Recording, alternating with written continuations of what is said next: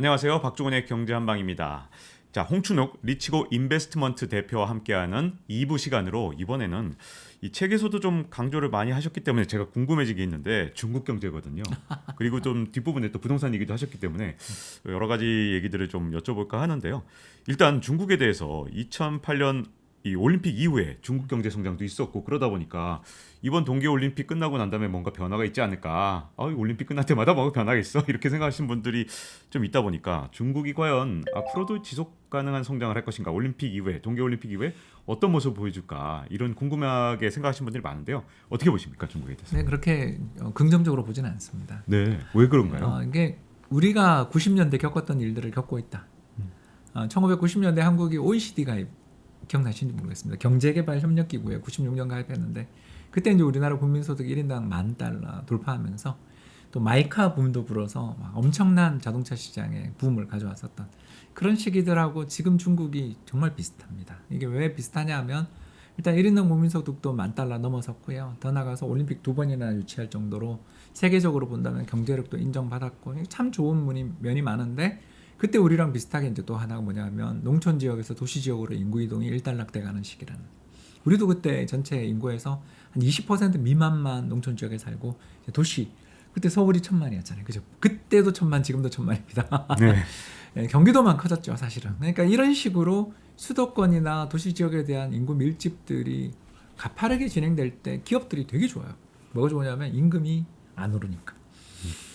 네. 어쩔 수 없는 게 농촌 지역에서 뭐 무제한에 가까운 노동력의 이동이 있는 시기에는 아무래도 인건비를 올리지 않아도 사업을 할 수 있는 그런 여력들이 되는데 이제 우리가 90년대부터 민주화되면서 또 농촌 지역에서 이동하는 그 근로자들의 숫자들도 이제 뚝뚝 줄어들면서부터 인건비가 가파르게 오르기 시작했고 그때 또 무슨 일이 있었나 생각하면 3조 호황 뒤끝에 집값이 말도 못하게 올랐죠. 그래서 우리나라 1986년부터 집값 상승률 1, 2, 3위가 전부 86, 87, 88, 89입니다. 네. 예, 그 다음이 2002년 그리고 2020년 이런 순서죠. 그러니까 이만큼 역사상 지난 한 40년 동안 50년 동안 그 부동산 가격 상승률 5위 안에 3년이 80년대부터 시작해서 90년대 초반이어서 인건비도 오르고 집값도 오르면서 기업들의 경쟁력들이 약화되는 가운데 결국 우리나라 기업들이 해외로 나가기 시작했던 게 1992년 중국과의 수교 이후에 해외로 공장들이 빠져나가기 시작했던 게 바로 이때입니다. 근데 여기에 중국은 하나 더 문제가 있어요.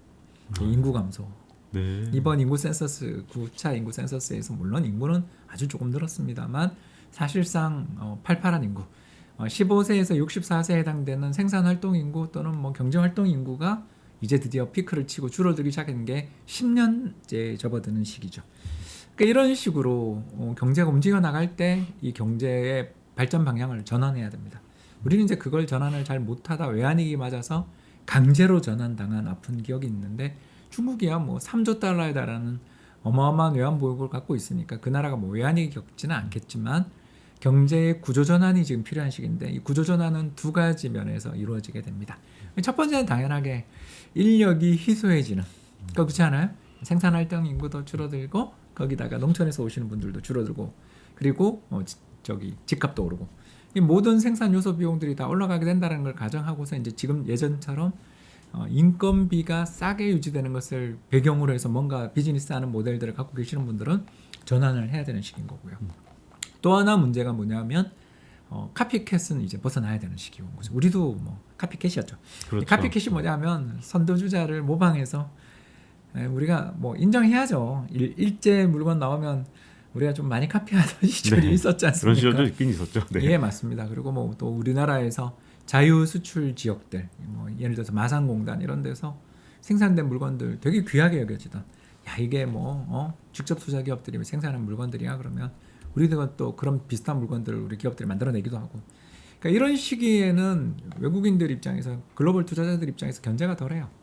아유, 뭐 그래라. 왜냐하면 경쟁의 상대가 안 되니까. 그러나 최근에 미국이 중국 관련해 가지고 기술 도둑질 문제라든가 특허 문제라든가 또는 로열티 문제라든가 지적재산권 문제 등으로 이렇게 계속 문제가 가속화되는 이유가 뭐냐면 덩치가 커졌는데도 뺏기냐? 이건 위협적인 경쟁자가 서서히 부각하고 있는데도 카피를 한다는 게 말이 되냐? 이거 이제 정당한 비용을 지불하고 사서 쓰던가 아니면 자체 개발해라. 근데 사서 쓰는 것도 자체 개발도 싫다면 이거는 규제를 받아야 된다. 이런 식의 제재들이 들어오게 된 거죠. 그러니까 둘 다가 문제가 생긴 거죠. 인건비와 저렴한 토지 가격을 이용해서 저가로 생산해내던 그런 경제의 구조에 대한 탈피가 필요한 한편 기술도 독자 기술이 적어도 뭔가 크로스 라이센싱이라고 해서 자기가 개발한 기술을 가지고 다른 회사랑 나눠 쓸 수 있을 정도는 돼야 되는, 삼성전자가 애플한테 받았던 그 어마어마한 특허 공격들 혹시 기억나실지 네, 모르겠어요. 지금 네. 벌써 만 11년이 지났는데요. 네. 그 공격에서 살아남아서 삼성전자가 저렇게 커진 거거든요. 그래서 중국도 이제 그 시기가 된 거죠. 그래서 중국 기업들 입장에서는 이 문제들을 해결해 나가는 방법들은 아까 말씀드린 것처럼 인건비, 낮은 인건비를 활용한 어떤 경제에서 이제는 고부가 가치로 가야 되고, 또 고부가 가치로 가기 위해서는 특허를 이제 남들 거를 뺏기는 게 아니라 자기 독자적인, 그리고 라이센싱이라도 뭐라도 비용이 그쪽에 드는 걸 인정하고 뭔가 사업을 해 나가야 되는데, 이게 가능하려면 왜 우리가 그러면 90년대 한국은 왜 못했어요? 이렇게 물으시면 일단 그동안 너무 잘해왔죠. 네, 그렇죠. 네. 예, 그리고 두 번째가 그때 원화가 강세였어요. 그죠? 환율이 그때 얼마였죠? 800원? 네, 예. 800원. 네. 근데 지금 중국도 지금 똑같은 문제를 갖고 있는 거죠. 이게 중국 기업들 입장에서 옛날 하던 대로 하다가 지금 반도체 회사들이 그렇게 문을 닫고 있잖아요. 칭화윤희가 예전에 혹시 기억나실지 모르겠습니다만 미국의 웨스턴 디지털 인수하려고 그러던 그 거대한 회사가 칭화윤인데 사실상 문을 닫고 그렇죠. 더 나가서 뭐 그 밑에 있던 수많은 디램 회사라든가 각종 여러 가지 회사들, 반도체 회사들도 제대로 된 생산품 하나 만들지 못했다라는 그런 뉴스가 들리는 걸 보면, 또 화웨이가 가지고 있었던 세계 스마트폰 시장에서 그 어마어마한 점유율들이 최근에 물론 이제 샤오미나 오포, 비포가 가져갔지만 확 사라지는 걸 보면 일단 그 전에 잘하던 걸 가지고서 뭔가 계속 밀어붙이는 식으로 하기에는 뭔가 이제 새로운 전환점이 좀 필요하다라는 거에다가, 두 번째가 우리 기업들이 97 외환위기 이후에 좋아진 점이랄까 또는 바뀐 태도가 뭐였냐면, 결국은 폐쇄되어 있는 내수시장이 개방되고 또 주식시장이 개방되고 글로벌 금융시장의 통째로 경제가 다 노출되는 환경에서 이대로 있으면 망한다라는 위기의식을 가지면서 경쟁이 심화됐죠. 그 과정에서 뭐 안타까운 예를 들어서 지금 SK하이닉스입니다만 현대전자가 그렇게 될 네. 줄은 정말 뭐 그러니까요. 그 큰 회사가 수조 원의 적자를 연이어내면서 어려움 겪고 많은 구조조정들을 하면서 결국 살아남은 기업들이 물론 독과점 문제는 있지만 어마어마한 혁신과 뼈를 깎는 노력 끝에 성장했는데 중국에 그게 있냐?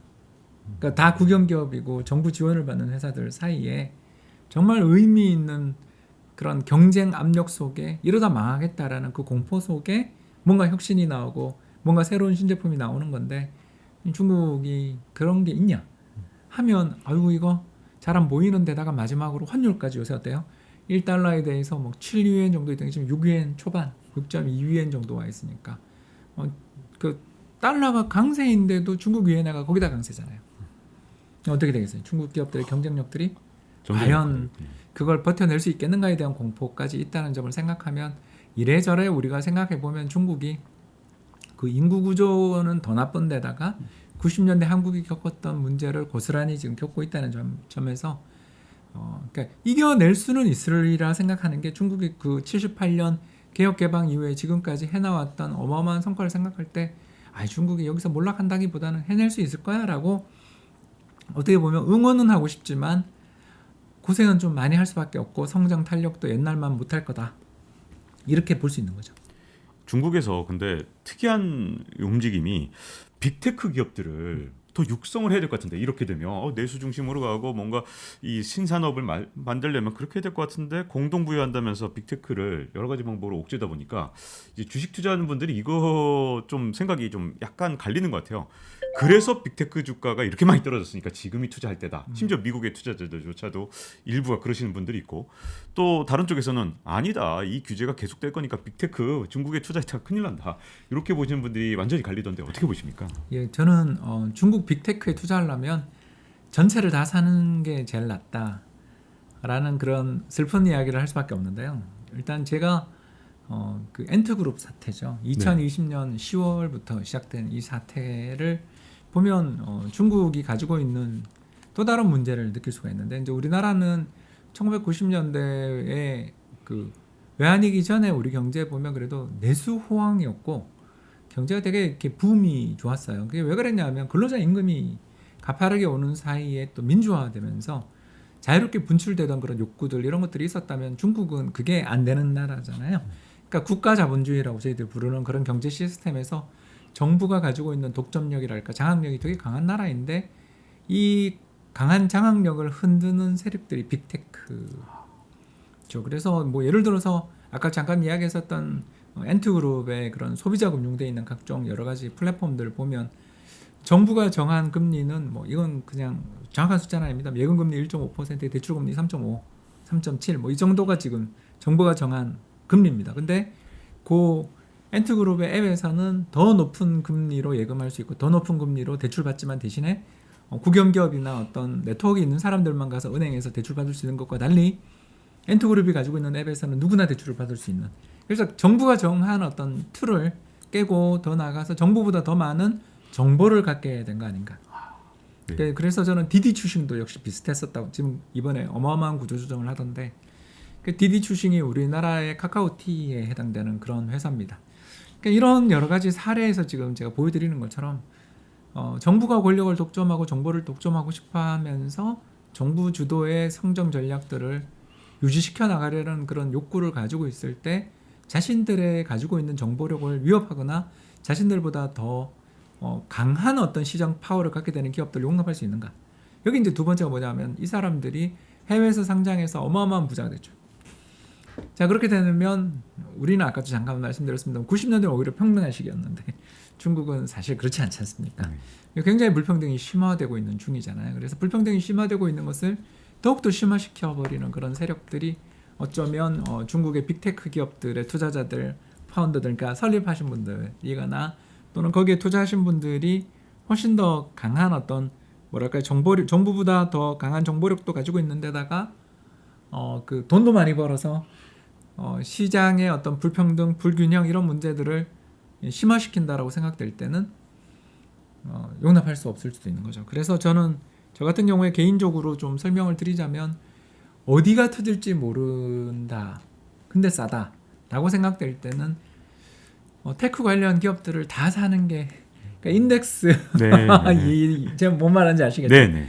그래서 저는 중국의 그런 테크 기업들에 대해서 저는 투자를 하고 싶지 않지만 싸다라는 매력 자체는 어디 가는 건 아니니까. 또 더군다나 중국의 빅테크 기업들이 아무리 요새 규제를 받았다 하더라도 또 이 잡초 같은 근성들이 있는 회사들이니까 또 조금만 지나면 불길처럼 살아날 것이다 라고 생각한다라면 사는 건 좋은데 어디가 다음 규제를 받을지에 대해서 우리가 정보가 없으니까 이건 싸, 예를 들어서 뭐 알리바바는 싸, 아니면 뭐 텐센트는 싸, 이렇게 접근하시기보다 그냥 골고루 그 섹터를 다 한번 매수해 보는 건 어떨까. 네. 이런 말씀을 좀 드리고 싶습니다.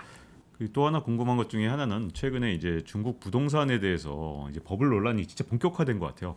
근데 중국 부동산이 소득 대비로 보면 우리나라보다 뭐 조금 비싼 게 아니라 뭐 적어도 두세 배 이상 비싼 것 같은데 우리나라 부동산도 너무 비싸다 아니다 막 논쟁이 있는데 우리나라보다 소득 대비 두세 배 비싸다. 이 중국 부동산 과연 어떻게 봐야 되고 앞으로 미래는 어떻게 될지 좀 분석을 좀 부탁드립니다. 이 탄력은 둔화돼도 뭐 어떻게 박살날 것 같지는 않다. 네. 이게 제 생각인데요. 왜 그러냐면 그 중국 사람들이 투자할 대상이 부동산밖에 없어요. 이게 이제 슬픈 건데 우리도 예전에 솔직히 좀 그랬었죠. 주식 시장도 그래도 있는데 부동산밖에 없게 된 또 이유가 있겠네요. 예, 그러면. 네. 결국 우리랑 비슷한데 네.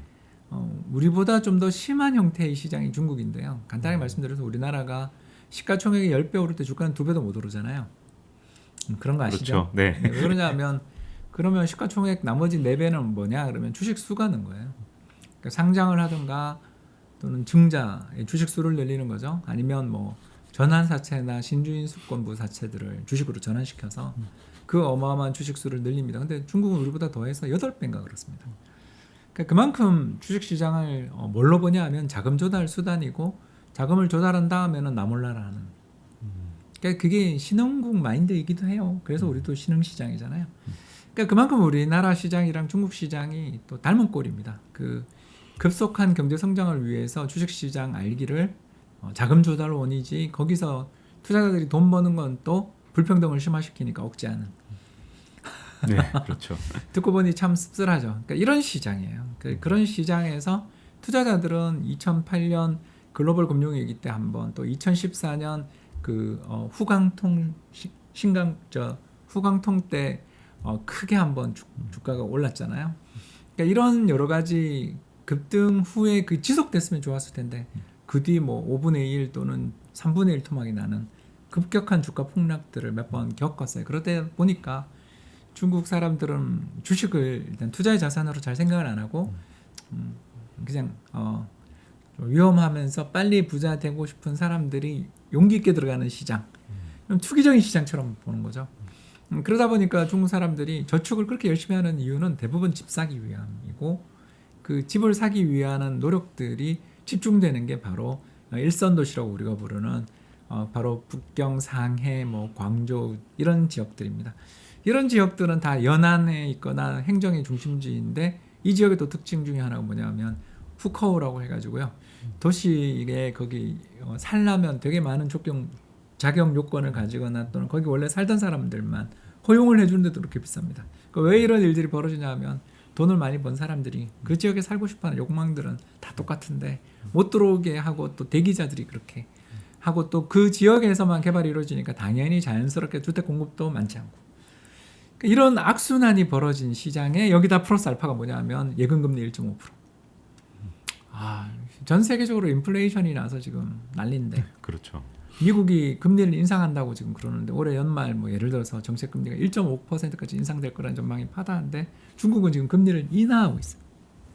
자, 그러면 대출을 받아서 집을 사면 이게 그렇게 나쁜 장사가 아닌 거죠. 네. 왜냐하면 집을 살려는 사람들은 후커우제도 조금만 완화하면 어마어마한 매수세가 들어올 여지가 있고 또 주택 공급은 그 지역에서 이루어지는 주택 공급들은 시당 정부들 입장에서 보면 경기 좋을 때나 좀 느리지, 안 그러면 공급도 좀 줄이고 또 지금 부동산 경기도 악화돼 있으니까 신축 공급은 앞으로 상당히 줄어들 가능성이 있지. 여기다가 대출 금리는 역사상 최저 레벨인데 아까 말씀드린 것처럼 임금은 연 10% 이상 오르고 있거든요. 자, 그러면 지금 주택 가격이 소득 대비 30배다. 맞습니다. 네. 이 30배가 맞습니다.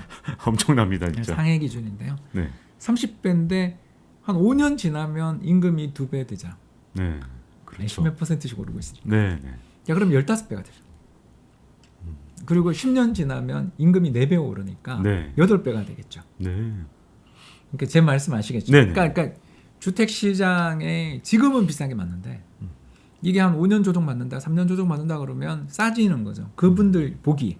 그러면 주택 시장이 어떤 시장이냐면 좀 조정받기를 기다리거나 공급 물량들이 좀 해소되고 완화되고 나면 다시 오를 여지가 있는 시장인 거죠. 그래서 버블인 현재 레벨로 보면 버블이라고 볼 수도 있는데 너무나 낮은 금리에 너무나 높은 임금 상승률들이 유지되고 있다라는 점을 생각하면 조정은 있지만 그게 마냥 그렇게 하락할 거라고 보기에는 지금 금리는 너무 낮아도 너무나 경제가 뭐 성장을 많이 둔화됐다 그래도 한 7, 8% 성장하는 나라, 물론 지난해 4분기는 이제 4%였습니다만 그렇게 7, 8% 성장하는 나라가 어찌 금리가 1.5%? 네.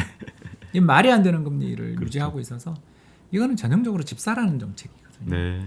그래서 주택 시장은 또 부양해야 되는 또 다른 이유는 지방 정부들이 땅 장사하잖아요.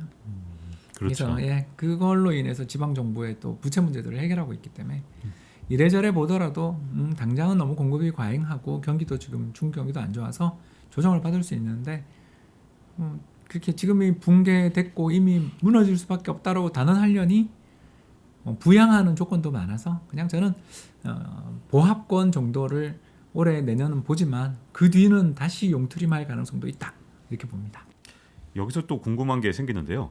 이 금융이 보통 다른 나라 같으면 이 시장 금리보다 훨씬 낮은 금리를 강제로 유지하면 예금자들은 확 줄고 그 다음에 사람들이 이걸 갖고 뭐 실물 투자를 하든 뭐 부동산 투자를 하든 자금 수요는 굉장히 많기 때문에 당연히 정상적인 상황에서 금리도 올라가고 뭐 이런 시장의 기능이라는 게 있잖아요. 그러니까 중국의 금융 시장은 확실히 정상이 아닌 것 같은데 이렇게 통제된 금융이 계속 유지될 수 있는 건지 결국 중국도 시장의 일원이기 때문에 결국은 이게 오히려 위험을 더 키워서 나중에 가면 큰 문제를 만들고 있는 건지 중국의 이 통제된 금융시장에 대해서 뭐 보는 시각이 완전히 다 다르더라고요. 어느 쪽으로 보시는지요? 당장은 막아놓을 수 있는데 결국은 더 큰 문제를 만든다고 보는 쪽이죠. 네. 그게 바로 2016년에 있었던 위에나 환투기 공격입니다. 잊지 못할 충격이었는데요. 2015년부터 16년 사이에 중국의 외환 보유고가 약 1조 3천억 불 줄었습니다. 여러분 1조 3천억 불이 얼마냐면 우리나라 1년 반 GDP에 약간 미달하는 엄청납니다, 진짜. 우리나라가 1년에 한 2천조 정도 되는 GDP를 가지고 있어서 1.7조, 1.6조 달러 정도 우리가 되는데 그거에 거의 그죠? 거의 1년치 가까이 되는 돈이 빠져나갔어요. 그러니까 이만큼 어마어마한 돈이 빠져나갔던 이유가 뭐였냐면 그때 중국의 환율은 뚝뚝 떨어져서 그러니까 달러에 대한 중국 위안화 환율이 떨어지면 달러가 약세인 거죠. 달러가 약세인데 그때 2015년에 무슨 일이 있었냐면 미국이 금리를 인상했습니다. 이 금리를 인상하게 되니까 중국 금리는 되게 낮은데 미국 금리가 인상되는 걸 보니까 이렇게 힘 있는 사람들이죠. 저는 기업들이었다고 봅니다. 상당수 기업들과 힘 있는 사람들이 돈을 빼돌리기 시작했죠. 그래서 분명히 경상수지도 흑자고 뭐 외국인 직접 투자 자금도 계속 들어오는데 외환보유고는 주는 거죠. 네. 이상하지 않으세요? 경상흑자에 외국인 자금도 들어오는 걸로 숫자는 찍히는데 외환보유고는 계속 줄어요. 네. 미스테리군요. 그야말로. 그럼 네. 결국 누가 뺐다는 거죠. 네. 그러니까 그 여러 상거래 속에서의 아마 오차 항목이라든가 이전 항목이라든가 다른 다양한 항목들에서 돈이 빠진 거죠. 그게 얼마였냐면 1조 달러가 넘었다. 와. 그게 불과 1년 사이에 그렇게 진행되니까 외환시장, 금융시장이 난리가 났죠. 네. 어떤 일이 벌어졌냐면 중국이 위에나 평가 절상을 스톱하고 환율을 인상해주고 또 뭐 칼 베스라는 기억나실지 모르겠습니다만 헤지펀드 세력의 우두머리입니다. 이 사람이 중국은 곧 파산한다 이런 유튜브 동영상들을 막 올리면서 자기는 이미 이제 중국 자산을 판 거죠. 매도 포지션을 취해놓고 중국은 망한다. 이런 이제 선정적인 영상을 올리면서 계속 공격을 가했어요. 근데 이제 중국 정부가 외환보유가 아직 많으니까 결국 버텨냈고 거꾸로 그 환투기 그러니까 중국 자산에 대한 매도 포지션 그 공매도를 했던 세력들이 결국 패배했어요. 네. 근데 그 과정에서 중국이 얼마나 힘들었는지 뭐 다 아시는 거고 중국 주식시장도 아까 제가 잠깐 2014년 그렇게 급등하던 시장이 후광통 성광통 하면서 급등하던 시장이 15년 16년부터 무너졌잖아요. 네. 반토막 났습니다. 그때. 그런 시장의 흐름들을 우리가 본 것처럼 나라가 망한 정도는 아니지만 금융시장이 충격을 받을 수 있는 게 이런 자본 통제 정책을 하고 있는 나라는 또 미국에 대해서 환율을 정부가 통제하는 나라는 미국이 금리 인상할 때 굉장히 위험해진다. 이걸 우리는 알고 있죠. 네. 근데 아직 미국은 금리 인상을 안 했으니까 네, 아직 안 괜찮은데 했으니까. 네. 미국이 예를 들어 뭐 시장의 참가자들 예상대로 올해 연말까지 1.5%를 인상한다. 네. 그러면 예금 금리는 보다 더 오르겠죠. 네. 그러면 아까 중국 금리는 1%대인데 미국의 예금 금리는 예를 들어 이게 금리 인상을 반영해서 2%다. 그러면 미국으로 옮기고 또 나가겠죠. 네. 그러면 중국이 환율을 꽉 잡고 1달러에 6.2위엔 그냥 유지를 한다 그러면 그 외환 시장에서 나가는 돈을 정부가 환율을 통제하면서 막을 때 외환 보유고가 줄겠죠. 외환 보유고가 뚝뚝뚝뚝 줄어드는 걸 보고서 야 중국 드디어 못 버틴다라고 공격을 가하는 세력들까지 들어오게 되면 2015, 16년에 벌어졌던 일에 재판이 날 수도 있죠. 그렇기 때문에 중국 정부 입장에서 최근에 금리를 인하했거든요. 이 금리 인하는 얼마나 부동산 시장이 지금 어려운가를 보여주는 좋은 대목이기도 하지만 나쁘게 이야기하자면 미국하고 정책 공조를 해야 될 입장인데 지금 공조가 서로 안 되고 있는 중이구나. 그리고 좀 경제가 어려울 때 금리를 인하하는 거는 중국 정부의 마음대로이지만 그로 인한 후유증에 대한 대비를 하기 위해서 어쩌면 또 빅테크 기업들 그 암호화폐에 대해서 엄청나게 강하게 규제하고 왜냐하면 암호화폐가 환을 유출시킬 수 있는 통로가 될 수 있기 때문에 그렇거든요. 왜 그런지는 뭐 다들 아실 것 같고요.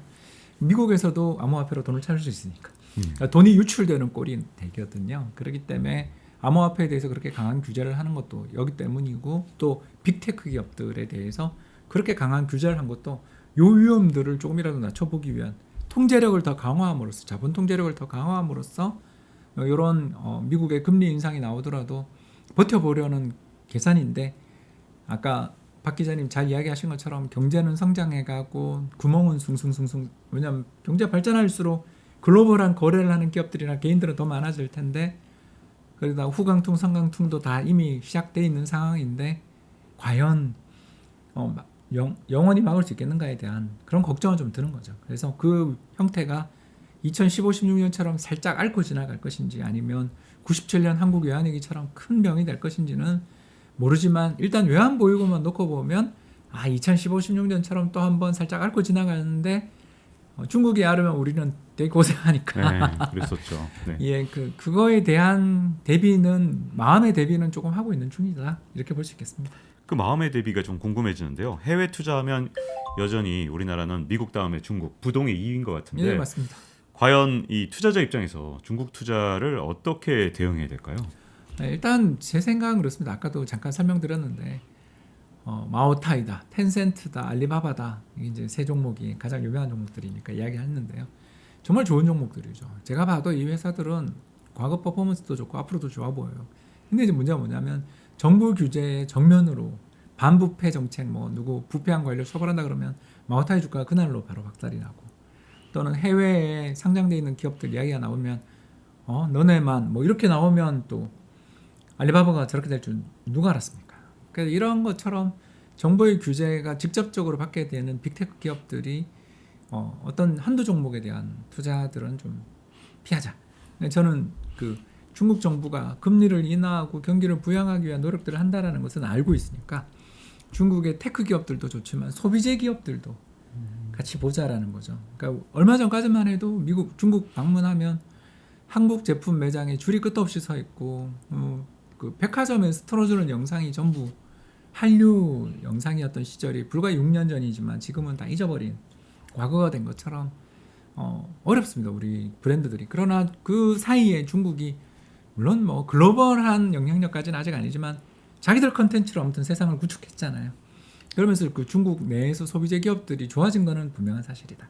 그러니까 그런 쪽도 조금 테크만 너무 보지 마시고 소비재 쪽도 함께 보시면 좋지 않을까 생각됩니다. 자, 이렇게 이 홍춘욱 리치고 인베스트먼트 대표와 함께 중국 경제에 대해서 다양한 측면에 대해서 다뤄봤는데요. 자, 잊지 말고 좋아요, 구독 그리고 알림 설정 해주시면요 경제한방에서 다음 시간에도 또 굉장히 흥미로운 얘기로 찾아뵙도록 하겠습니다. 오늘 이렇게 나와주셔서 감사드립니다. 감사합니다. 네, 고맙습니다. Round one, fight.